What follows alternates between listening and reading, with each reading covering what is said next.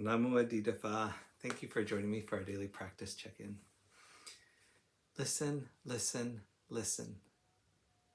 This beautiful sound calls us back to our true home.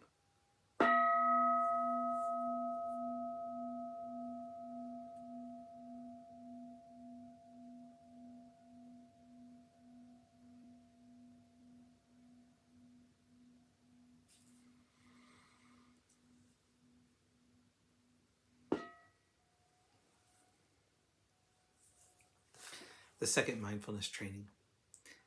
Aware of the suffering caused by exploitation, social injustice, stealing, and oppression, I vow to cultivate loving kindness and learn ways to work for the well-being of people, animals, plants, and minerals. I will practice generosity by sharing my time, energy, and material resources with those who are in real need. I'm determined not to steal and not to possess anything that should belong to others. I will respect the property of others, but I will prevent others from profiting from human suffering or the suffering of other species on earth.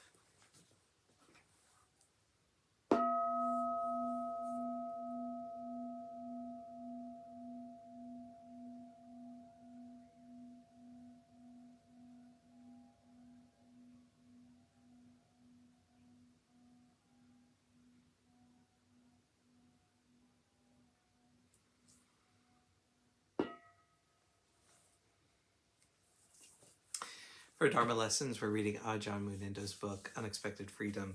Today we're finishing a chapter called Meeting Our Anger with the rest of a section on the benefits of consistent effort. This cultivation is hard at times, but it does bring benefits. When I was a young monk, someone once threw a tomato at me, and it took several days for me to recover from the hurt feelings. What I can say now, some years later, is that it takes less time. Not that tomatoes are thrown at me every day, but occasionally a little abuse is hurled my way. I mention this as an example of what changes. I'm not so interested in never feeling anger. What is more interesting is being free to own up to the energy in my reactions and take full responsibility for them, not to be driven by them. This is the only energy we have. This is the energy of practice. Our task is to train so as to be able to recognize this passionate energy for what it is, not mistaking it as our enemy. To view our passionate nature as something we have to either indulge in or project out limits the possibilities in life. If, for instance, we have suffered abuse and remain locked into the state of resentment, feeling unable to forgive, we sooner or later need to recognize that it is we who are doing the resentment. One reason we continue to do it is that we believe that to do so will be beneficial to us. But there is no benefit, only increased suffering for all involved. By reviewing this way of approaching resentment with mindfulness and wise contemplation, we can learn to withdraw our investment of energy in it and uncover the first seeds of forgiveness.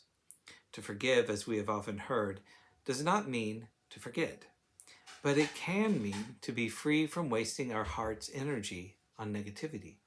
We're not obliged to invest our energy negatively. It is a choice. If we wish, we can direct it in ways that lead to increased freedom from suffering. From the perspective of Buddhist practice, there is nothing wrong with feeling anger.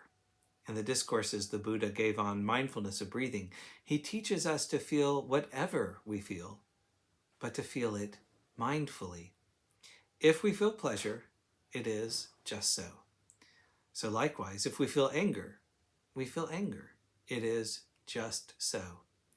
We are not going to see our anger transformed overnight, but as we become more familiar with it, we will experience the freedom that comes from not fighting it. This change will not, however, always feel good. There will be times when it will feel wonderful not to get so regularly burned, and there will be times when it will feel like we are dying. We have been feeding on this wild energy, either by indulgence or repression, for a long time. Coming off our addictions takes its toll. The process of going against our habitual reactions to the passions is challenging and should not be underestimated. For this reason, there are all the instructions in the spiritual traditions and the support of good companions on the path to encourage us in releasing out of our habits until we grow in confidence.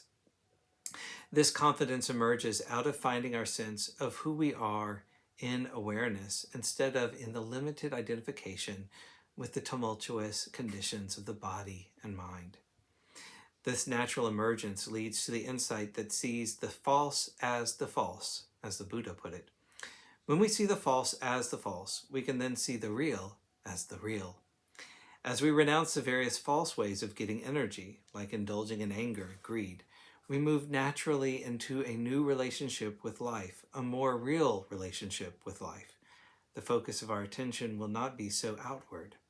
What we will be feeling for is our own inner motivation, whether we are coming from a place that is intending to cause harm to others or not.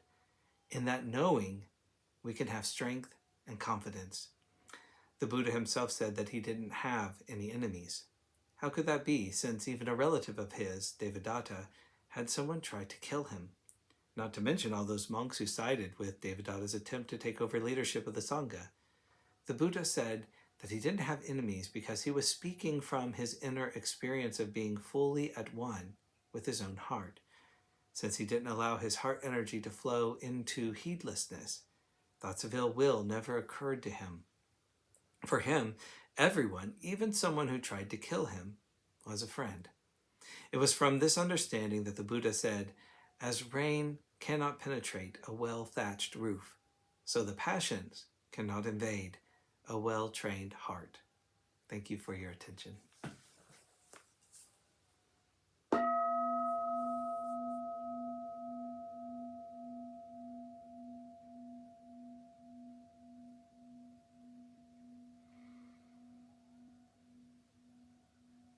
May all beings be well. May all beings be happy.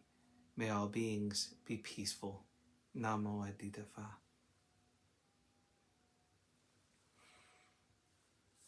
Thanks so much for joining me today.